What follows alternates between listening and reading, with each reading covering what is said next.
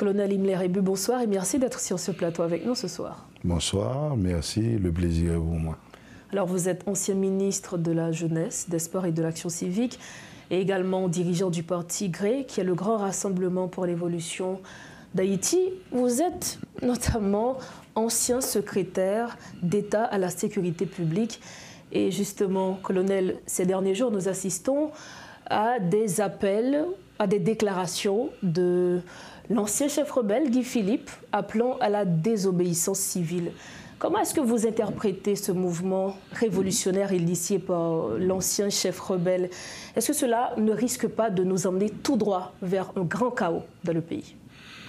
Bon, on est déjà dans le chaos. Ce sont les conséquences du chaos qu'on est en train de vivre. On peut aller vers quelque chose de plus affreux encore, parce que le terrain s'y prête. Donc, vous avez dit des appels révolutionnaires. Il va falloir attendre. Attendre quoi? Attendre pour voir si c'est effectivement une révolution. Parce qu'une révolution, ce n'est pas une petite plaisanterie. Ce n'est pas l'organisation d'un grand désordre. Puis, il y a Jean de La Fontaine qui a dit, avec raison en toute chose, il faut considérer la fin. Je me demande si les acteurs ont bien soupesé ce qui peut arriver et quelle peut être la fin de cette histoire. Alors, colonel, est-ce que selon vous aujourd'hui, une révolution est nécessaire dans ce pays? Une révolution, une vraie révolution, oui. Comment elle devrait se faire? Parce qu'une révolution, c'est un renversement d'un système longtemps établi, par exemple, la Révolution française. Justement. C'était une prise de position populaire contre une manière de conduire la société. La Révolution haïtienne. Mais la Révolution haïtienne, c'est une révolution inachevée. C'est parce que la Révolution haïtienne était une révolution inachevée que nous en payons les conséquences 220 ans après. Alors, qu'est-ce qu'on doit avoir pour achever cette révolution? Quel acteur? Voilà. Quel est le comportement? Il y a deux mouvements. Il y a deux mouvements. Il y a un grand mouvement populaire qui emporte sur son passage toute l'infrastructure organisationnelle d'un État qui fonctionne mal. Donc, selon vous, c'est à cause du fait que l'État fonctionne mal qu'on soit là aujourd'hui? Oui, c'est évident. Toutes les conditions pour un gros bouleversement sont là. Ça, il n'y a pas de doute. Et c'est ce qui explique aussi que le discours du commissaire Guy Philippe puisse avoir tout cet impact. On ne peut pas ignorer qu'il a un discours très clair, qui va directement au mal dont souffrent toutes les Haïtiennes et tous les Haïtiens indistinctement.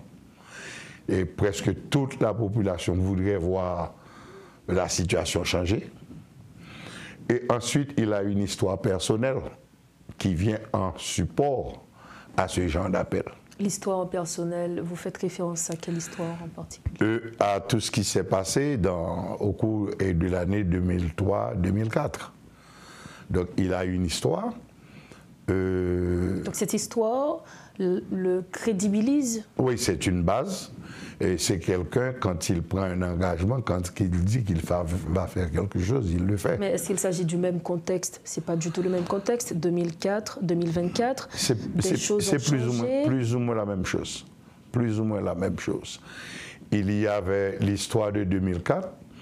C'est le président Aristide qui est arrivé une deuxième fois au pouvoir à travers des élections contestées et contestables dès le départ, et qui s'est engagé dans une dynamique irrationnelle de gestion du pouvoir et qui a amené tout un pan de la société à être contre sa manière d'opérer. On aurait pu avoir quelque chose de similaire avec le président Jovenel Moïse. Malheureusement, cette histoire s'est terminée, comme on sait, une fin très triste, et c'est pourquoi je disais tout à l'heure, La Fontaine dit que quand vous engagez quelque chose, il ne faut pas voir seulement le début, il faut voir les étapes intermédiaires et surtout la fin de l'histoire. Et parce que le président Jovenel Moïse, c'était prévisible que ça allait tourner vers une catastrophe. Personne ne pouvait prévoir que ça allait dans ce sens-là. Et c'est la même chose pour le docteur Ariel Henry aujourd'hui. C'est très clair que le type de gestion, la nature de la gestion qu'il a faite du pouvoir pendant ces 30 derniers mois va aboutir forcément à une catastrophe, forcément, obligatoirement. Il avait la possibilité d'éviter la catastrophe au dernier voyage des gens de la CARICOM. Il n'a pas compris. Alors, quand il y a quelqu'un au pouvoir, il faut toujours regarder autour de cette personne. Parce que les gens qui poussent et le chef, celui qui est en position de pouvoir, vers la voie irrationnelle, ce sont les profiteurs du pouvoir. Par exemple, il y avait des gens qui avaient fait croire au président Jovenel Moïse qu'il pouvait diriger la nation en dehors des règles, en dehors des lois, en dehors des normes, sans un parlement. Au contraire, c'était une fête. Il a même été encouragé quand il a attendu minuit pour constater qu'il n'y avait plus de parlement en Haïti. C'était une erreur politique d'une extrême gravité. Mais il y avait des gens qui l'encourageaient dans cette voie. Tout analyste rationnel voyait venir le danger. Bon, personne n'aurait imaginé que ça aurait pris la tournure que ça a prise, mais on est plus ou moins dans une situation pareille. Alors, vous venez de le dire. Donc, si aujourd'hui on a ce discours révolutionnaire, c'est en partie à cause du fait que l'État ne gère pas bien le pays, et notamment à cause de la violence des gangs, les cas de kidnapping. Et ces derniers jours, on assiste justement à une recrudescence des cas de kidnapping, de violence des gangs. Qu'est-ce qu'on peut envisager aujourd'hui pour endiguer cette menace? Est-ce qu'on doit attendre le déploiement éventuel de la force multinationale? Non, la force multinationale, c'est une bonne blague. Une bonne blague, et pourquoi vous dites cela? C'est une bonne blague, mais dès le départ, je ne comprends pas pourquoi les gens... Alors, il y a un gros problème dans la société haïtienne, c'est la bonne compréhension du désir.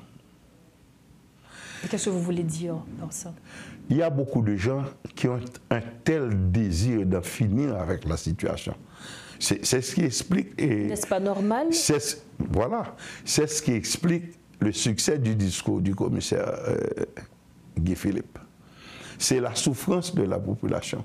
Le désespoir. L'intensité de la souffrance est trop. Ça amène au désespoir. C'est un sentiment, ça flotte sur le plan socio-psychologique entre l'amour et la haine. On dit que l'amour est aveugle. Quand quelqu'un est habité par la haine, la personne est aussi aveuglée. La personne ne peut pas raisonner, ne peut pas être logique. Justement. C'est ce qui explique la théorie qu'il n'existe pas de crime parfait. Pourquoi? Parce que la personne, au moment, quand elle est abandonnée à ce désir, à ce besoin de vengeance, la réflexion est courte. C'est une personne pressée. Donc, et la souffrance dans laquelle est plongée la situation fait que n'importe quelle solution qui s'apparenterait, n'importe quelle proposition qui s'apparenterait à une solution devient comme une bouée de sauvetage. Et là, on n'a pas besoin de dire, on n'a pas besoin de parler en pile avec. Dès lors qu'on posait cette affaire de l'intervention des forces étrangères en Haïti, j'ai analysé, j'ai dit, cela ne va pas se faire. C'est un mensonge et voilà pourquoi. Alors, nous sommes conscients qu'il y a un problème sur le plan sécuritaire dans le pays. Aujourd'hui, nous devons avoir une solution. Mais il y a les solutions. Quelles sont ces solutions? Il y a les solutions. C'est justement, c'est l'aveuglement. Parce que qu'est-ce qui se joue? C'est une affaire de pouvoir. Moi, j'aimerais bien te dire ça en créole. Problème nous là, pas résoudre, c'est une seule question de jalousie politique. Jalousie politique, est-ce que c'est il y a des gens qui ont conviction que parce que ce qui arrive là, ce n'est pas un accident. C'est un construit. Il y a des gens qui construisent des autres ça et qui ont conviction c'est où qui peut mener au fin prendre un pouvoir encore. Donc on parlait de anciens chefs l'État. Oui. Anciens monde qui étaient sous pouvoir, c'est eux-mêmes d'ailleurs, des autres gangs. C'est bon, on répond qui fait un cachette, c'est travail, président Jovenel Moïse, appuyé par Madame Lalim. Et ils avaient dit carrément que la fédération des gangs allait permettre un meilleur contrôle de la sécurité. Ce n'était pas vrai. Ils savaient très bien que ce n'était pas vrai. C'était une méthode qui avait été utilisée par le président Jovenel Moïse pour garder en laisse les populations des bidonvilles pour être capable de pas sortir à faire manifestation contre lui. Mais est-ce que les gangs datent d'hier? Non, sous cette forme. Sous cette forme, c'est une manifestation nouvelle. L'histoire des gangs, c'est une histoire qui remonte depuis le président Aristide, qui commençait la guézam dans mon Timoun, on sait de Timoun, Cité Soleil, c'est ça, c'était les chimères à l'époque. Pour dire que penser c'est comme ça pour sécuriser le pouvoir. Donc c'est un instrument de pouvoir.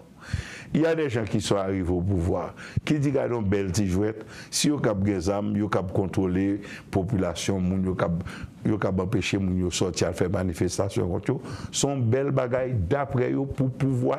Maintenant, comment sortir de ça, colonel? Mettre l'État en face, point. Le docteur Ariel Henry n'a pas résolu ce problème parce qu'il n'a pas de vlé. Selon même ligue capacité pour le résoudre. Ce n'est pas la ligue capacité, c'est l'État à les capacités. Tout ce que nous vivons, c'est parce qu'il y a une accointance, une relation malsaine entre les structures de la société, entre les structures de l'État et les bandits. Pas aucun pays, côté si l'État différent de bandits capable de faire ça, là en Haïti, il n'y a pas vrai, aucun pays. Et moi, j'ai rencontré le docteur Ariel Henry, j'ai discuté avec lui. J'ai donné combien d'interviews, d'explications ici à Radio Métropole. Ceci n'a pas été résolu parce que les gens qui sont au pouvoir sont des gens placés là pour sécuriser une place de pouvoir à travers de mauvaises élections pour d'autres personnes. Mais comme c'est des ordres, l'État pas fait pour le mélanger des ordres, il a gagné, mais il n'y a pas qui gens pour ramasser. Mais il y a des gens qui étaient convaincus, par exemple, quand j'ai dit ce qu'il fallait faire.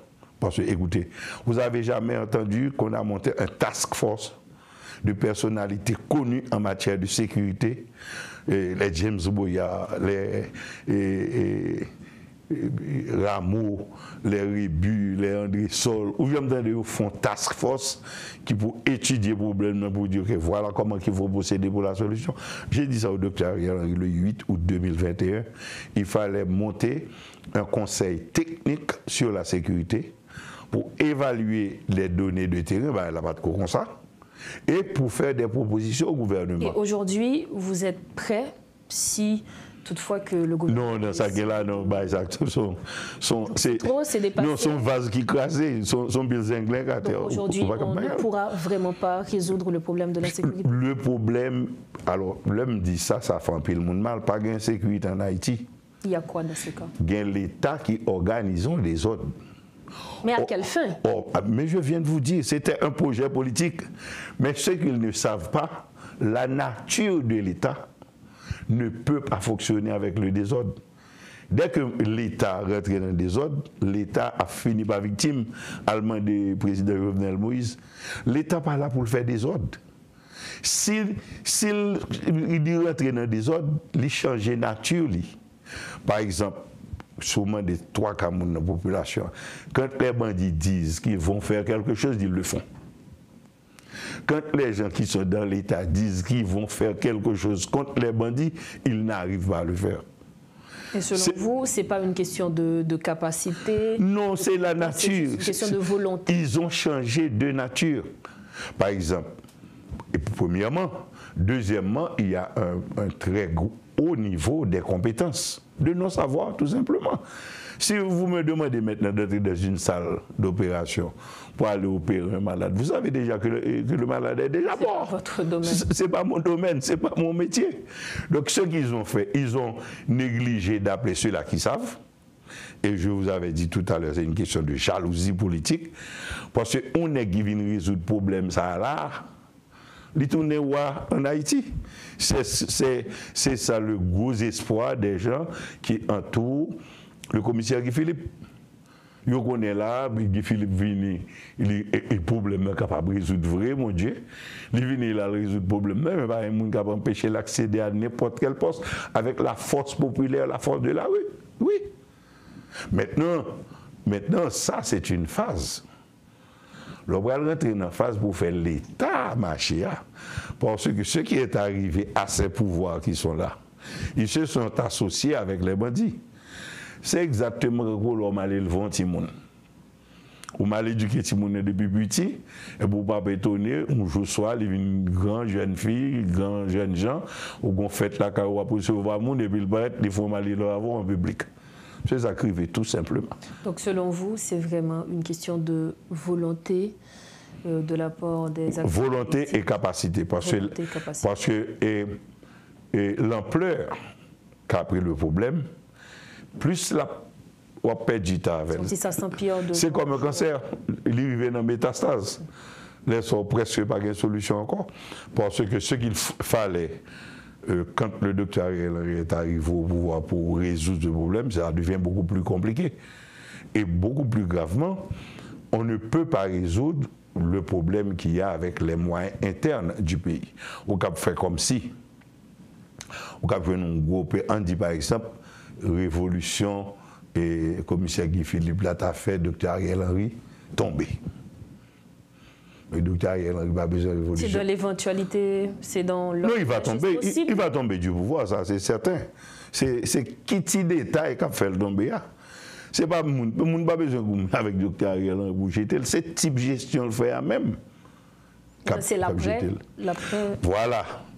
L'offre fait face à ça, c'est comme le président Jovenel Moïse, dans le compil, mon dit il faut le président Jovenel Moïse aller, bon pas aller, bon l'aller net, il mourir. Mais ouais, mon qui t'a dit pour aller, pas une idée de récupération du pouvoir et son organisation pour aller vers le bien. Mon qui besoin de Dr Ariel Henry aller. Moi-même, je suis un petit peu dans les secteurs politiques. Je dois avouer, les plans pour le remplacer, je me connais qui ça va faire pour faire prise en charge de la situation, mettre des structures pour contrôler le pouvoir en place. Même pas cap joue très clairement, hein. Qui gens parce que mon cap lors de pouvoir, on dit mon qui pour aller à gompil de nos bagages, non? Gompil de c'est l'arrivée dans le pouvoir, on va qui moyen l'État gagne, qui difficulté gagne vraiment. Et c'est cette analyse là qui n'est pas faite. Alors, on a retourné un petit peu, colonel Ribune, en question sécurité, hein, surtout, notamment mouvement, révolution que ancien chef rebelle Guy Philippe a mené. Oui ou non? Oui. Donc, oui ou non, est-ce que vous pensez que le mouvement ça a abouti?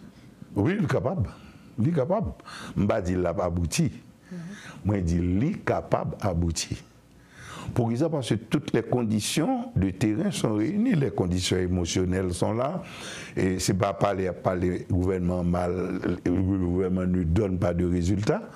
Seul espoir du gouvernement, c'est Kenya qui a venu. Et hier encore, hier j'étais avec un proche du gouvernement, je me dis même pas qu'à comprendre. Depuis d'être un petit bail ça, nous c'est mon cap fait population quoi dans prendre médecine sous compte pinta de marron. C'est pas capable comprendre. Alors naturellement par rapport à mon métier, par rapport aux gens qui ont leurs attentes, on capable comprendre mon yo, même pas capable comprendre comment mon cap mettre en tête nous organiser des ordres dans le pays non. Nous nos programme côté n'a tuer propres citoyens pareil nous toute la journée. Nous pas fait rien pour empêcher de tuer. Nous pas faire rien pour empêcher de perdre du caillou obligé à tomber dans la rue. Et puis nous mettons en tête, nous sommes l'autre monde qui va venir faire face à problème ça pour nous. Donc c'est à nous de résoudre les problèmes qu'on a. Mais c'est illogique. Donc c'est que vous pouvez dire doit faire la caillou. Ou prend zam la caillou gen contre ou appeler de tirer sous marou, ou appeler de tirer sous et puis voisin lui-même la vient camper pendant un tirer. Ah non. Non, c'est illogique. C'est illogique. Pourquoi les États-Unis, il y a vu encore, il dit le Canada. Donc, aucun problème là, ou pas rentrer à résoudre, et pour aller chercher jusqu'au Kenya pour me chercher pour s'il était douce qu'on soit à prendre. Et pour finir, colonel Imler Rébus, c'est s'il y a un message, un appel, notamment aux acteurs politiques, puisque nous connaissons, surtout sur le plan politique, accord politique qui n'est pas qu'à joindre. Et vu que la question sécuritaire lie intimement liée également avec la question politique, donc message là, c'est à qui ça, je dis, pour nous finir, colonel? Malheureusement, je n'ai pas un message d'espoir. Pourquoi? Le docteur Ariel Henry avait la possibilité de redresser la situation au dernier voyage des jeunes de la CARICOM. Le chita dans le programme où le monde a fait le quoi, tout est monté sur un mensonge. Le président Cachette, le premier ministre, le ministre de la Justice, le ministre de l'Intérieur. Un imbroglio, qui est capable de sortir indemne non comme ça? Personne. Moi, je l'ai rencontré pendant que les gens de la CARICOM étaient là. Je suis allé le voir, nous étions à deux pendant près d'une heure de temps, m'expliquer qui j'en pour le sortir. Et quand j'ai fait ça, il avait encore la possibilité de sortir. Mais aujourd'hui, plus maintenant. Je ne vois pas. Je ne vois pas. Et d'autant que le gouvernement est rentré dans une mauvaise spirale. Et vous m'excusez, mais je dois faire ce commentaire publiquement. Il y a tous les gouvernements, il y a une masse idiot, c'est les gens qui peuvent pousser, les gens qui ont pouvoir tomber dans tout. Et puis c'est eux-mêmes qui mener la vie. Normalement, les malheurs finissent. Ils sont dans une spirale stupide. Il y a exercé pression sur ces deux mondes à partir de pression, fait à mon état rentrer dans le gouvernement. Par exemple, si vous allez sur les réseaux sociaux, on propagande terrible, il me les rebutal et Delma 53, je crois, dans réunion pour assassiner Guy Philippe. Donc c'est un mode de pression que quelqu'un imbécile qui au gouvernement fait. Donc si vous avez un sentiment en danger par rapport à Guy Philippe qui croit que je vais le faire assassiner, donc je vais rentrer dans le pouvoir et je vais mettre connaissance dans le pouvoir pour stopper le mouvement Guy Philippe là et pour aider à résoudre le problème qui est là. Bon, après Guy Philippe a résoudre le problème, c'est au grand monde qui garde donc ça me marche. C'est la même chose qu'on a fait pour Claude Joseph qui a une interview à Télé-Guinée. Et puis, il prend un petit bout, côté Michel dit oui, mais le docteur Ariel Henry, son scientifique, son monde de consensus, et puis, il a monté toute une bulle autour de questions. Un petit fait pour commencer à faire propagande que c'est qu'un coup, Claude Joseph est trahi, donc il est Alfred Ariel Henry. C'est un petit monde de manœuvre enfantine pour capable de comprendre. Et des choses qui ne risquent pas d'arriver, selon vous. Mais non, mais c'est de la manipulation stupide, infantile, quand on peut faire pression pour mon docteur Ariel Henry. Moi, j'avais très clairement dit au docteur Ariel Henry, qui bon monde, ou dit ou ouvrir acheter. Donc c'est position de pouvoir ou 60% dans le gouvernement. Donc si c'est pouvoir moun yo te besoin ou dit ou bay yo t'apprend, soit pour offrir pouvoir en Haïti, moun yo dou non, c'est que combat est sérieux. D'accord, merci infiniment. C'est moi qui vous remercie. Mais les gens n'ont pas désespéré. On va avoir des moments difficiles à vivre, mais il y a des pistes de solutions qui sont là. Merci encore. Merci c'est moi qui vous remercie. Merci. Voilà, c'est avec nous le colonel Imler Rébus, président du GRE et notamment ancien secrétaire d'État à la sécurité publique. Avec lui, nous avions commenté sur la situation sécuritaire du pays et notamment de la révolution initiée par l'ancien chef rebelle Guy Philippe.